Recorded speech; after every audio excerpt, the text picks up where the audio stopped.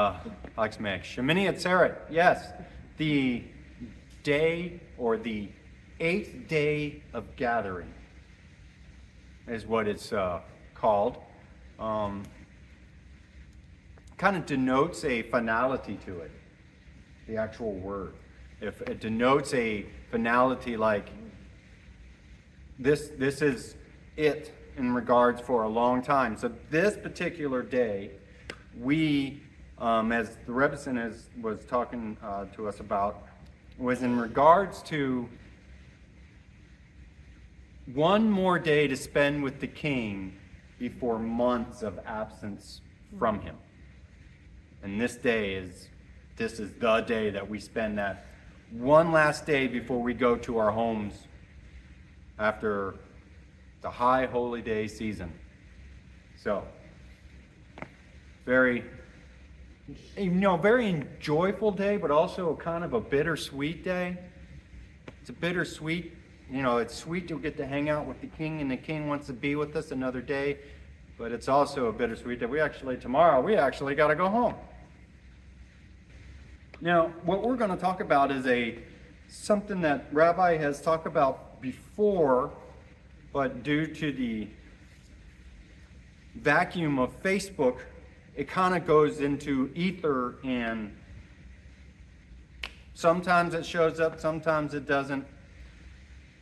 We're going to go talk about this again. We're going to talk about Yeshua in regards to Shemini Atzeret. And did Yeshua follow Shemini Atzeret? And the answer was, well, yeah, it's commanded in Torah, so yes, absolutely he did it. But is there anything in, say, the Gospels, in the Besorah, that might mention the fact that he noticed that day in any way? And the answer is yes. It is in John chapter 8, Yochanan chapter 8. In the chapter prior, chapter 7, because 7 is before 8. And yeah, I know, right? John chapter 7, it was Hoshana Rabbah. And Rabbi is given a teaching on the water drawing ceremony, a Pharisaic custom, by the way, that Yeshua followed and was involved with. And so after that, which was the 7th day of Sukkot, which we just did last night. Now we're in Shemini Atzeret, or Atzeret. We go to John chapter 8 because we see that on the following day, right, from the 7th day of Sukkot, the following day is the 8th day, right? Yes. And which is Shemini Atzeret. So we go to John chapter 8, we start in verse 1. But Yeshua went to the Mount of Olives. In verse 2, at daybreak, he appeared again in the temple court where all the people were gathered around him. And he sat down to teach them. The Torah teachers and the Prushim, the Pharisees, there in the temple, brought in a woman who had been caught committing adultery and made her stand in the center of the group. This is in the temple court. They said to him, the Pharisees said to Yeshua, Rabbi, this woman was caught in the very act of committing adultery. Now in our Torah, Moshe commanded that such a woman be stoned to death. What do you say about it? And they said this to trap him, so that they might have ground for bringing charges against him. But Yeshua bent down and began writing in the dust with his finger. When they kept questioning him, he straightened up and he said to them, the one of you who is without sin, let him be the first to throw a stone at her. Then he bent down and wrote in the dust again. On hearing this, they began to leave one by one, the older ones first, until he was left alone with the woman still standing there. Standing up, Yeshua said to her, Where are they? Has no one condemned you? And she said, no one, sir. Yeshua said, neither do I condemn you. Now go and do not or don't sin anymore. Now, in the body of Messiah, we have heard many different teachings on this, and some are way esoteric, almost don't even make sense sometimes in my personal opinion. But let's talk about some of the historical facts of what we're talking about here when we're regarding to Yeshua and Shemini Atzeret and the temple, or second temple periods. So Yeshua went, well, first and foremost, let's talk about this. Shemini Atzeret is what? What is it? It's a Shabbat. It's a high holy day. By Torah, you don't do any work. Keep that in your mind. We don't do any work. It's a Shabbat. Okay, so he went into the temple on this high holy day. And he was teaching. They were talking Torah, or discussing Torah. And then the Torah teachers and the Prushim, Pharisees, brought a woman to the courtyard who had been caught in committing adultery and made her stand in the center of the group. All right, so here's the obvious question. How did they know? How did they know that she was caught in adultery? And you'll hear all these stories that, you have these peeping Tom Pharisees and all this other, that you hear this. But what would be the logical answer? Is that actually she was already convicted. That she was found by the Sanhedrin, a lower court Sanhedrin, that she was actually convicted of adultery already. And then why was she in Jerusalem? What is in Jerusalem? Well, the room of the hewn stones where the great Sanhedrin did their court cases. And she was making an appeal. Right? That's one way to look at it. Now, you'll have some others teach that, hey, since there was no man with her and that both of the couple gets put into, this type of situation and that there's no man, that this was some type of ruse. I tend to not believe that. I believe more so that the Sanhedrin has made a decision, a lower court Sanhedrin has made a decision, and that therefore she was convicted of committing adultery. She was caught in the act and has been convicted already, and that she's there for a appeal to the higher Sanhedrin. Now, let's just say, what is the punishment for adultery? Well, it's death. It's death. It says it right here in verse 5 of John 8. Now in your Torah, Moshe commanded that such a woman be stoned to death. So in Torah, if you commit adultery, it is the death penalty. So we have a couple other logistical or real world things that we need to discuss in regards to this story. First and foremost, who does the actual killing at this time, the Second Temple time, in Israel? It is not Israel. It's the Roman government that actually does the killing of capital punishments in Israel. This is a known historical fact. This is nothing new. Israel struck this deal with Rome when Rome came walking in, invited by us, by the way, and Rome came walking in. Rome says, we want control over the capital cases. Okay, so that's settled. So even though she has been convicted, in my personal opinion, by the Sanhedrin, it's not the Sanhedrin that actually does the killing in the capital cases. It is actually Rome that does the killing in these capital cases. Okay, that's one. From an historical aspect, that's one. All right? Number two,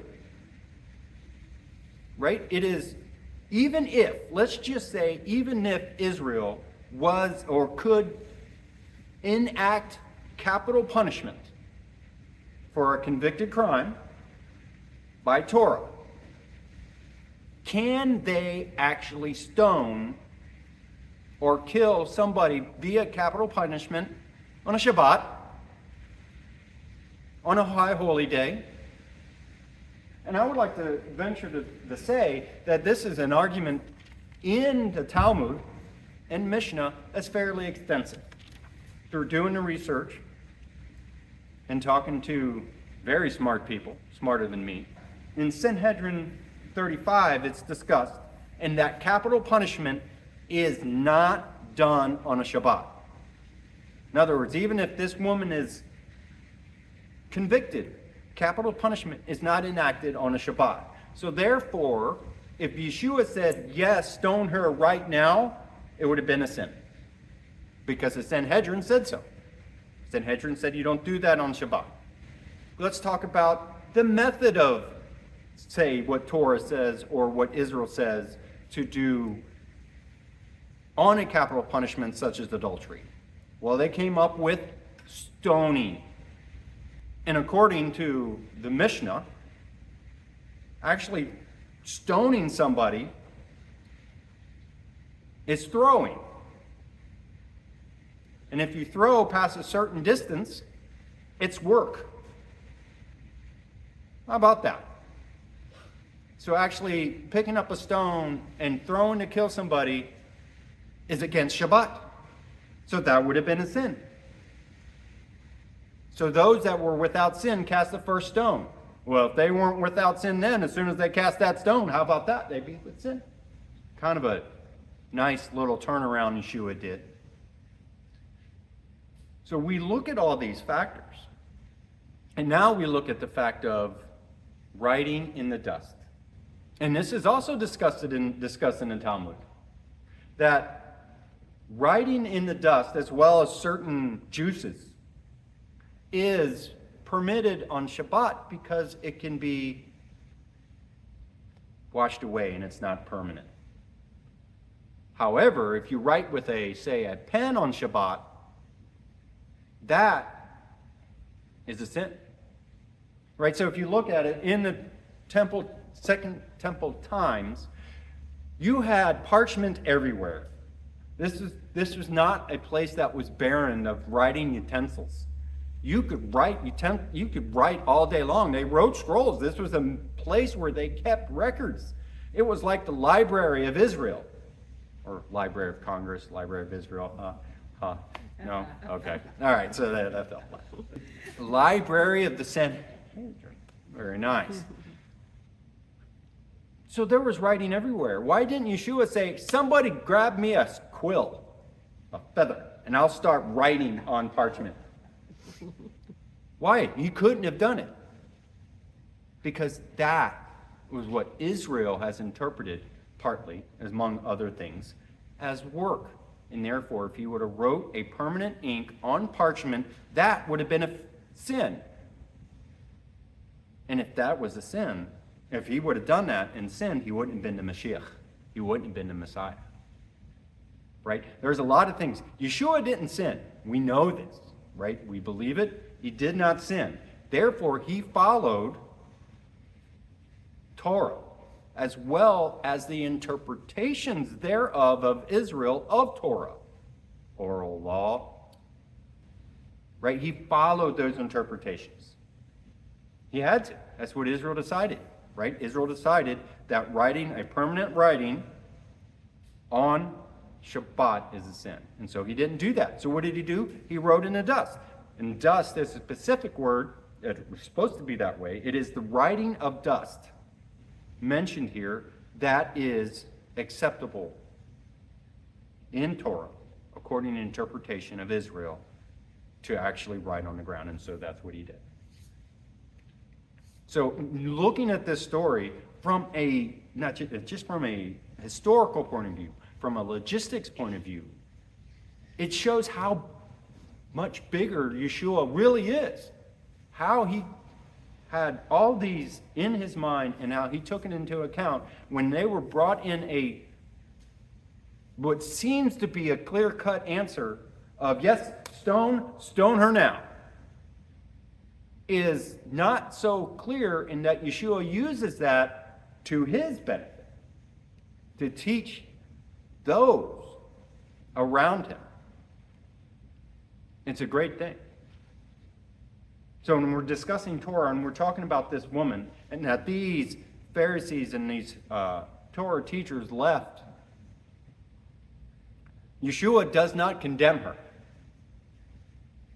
But if she has still got to go back to, she still may have to go back to her trial, you say her appeal to the great Sanhedrin. See, just because Yeshua says, I don't condemn you, doesn't mean that she gets to walk away from the law of the land at the time. As much as we would like to think that she could, she couldn't. Yeshua said, from a more higher level, from a supernal level, that she is not condemned by him. But what is also she says, or he says, what does Yeshua say to this woman? Do not sin anymore. And this leads back to Torah. What is sin? Sin is Torah. What does she say? Or what does he say to her? Do not sin anymore. Follow Torah. And that's what I recommend we all do. Hag Sameach.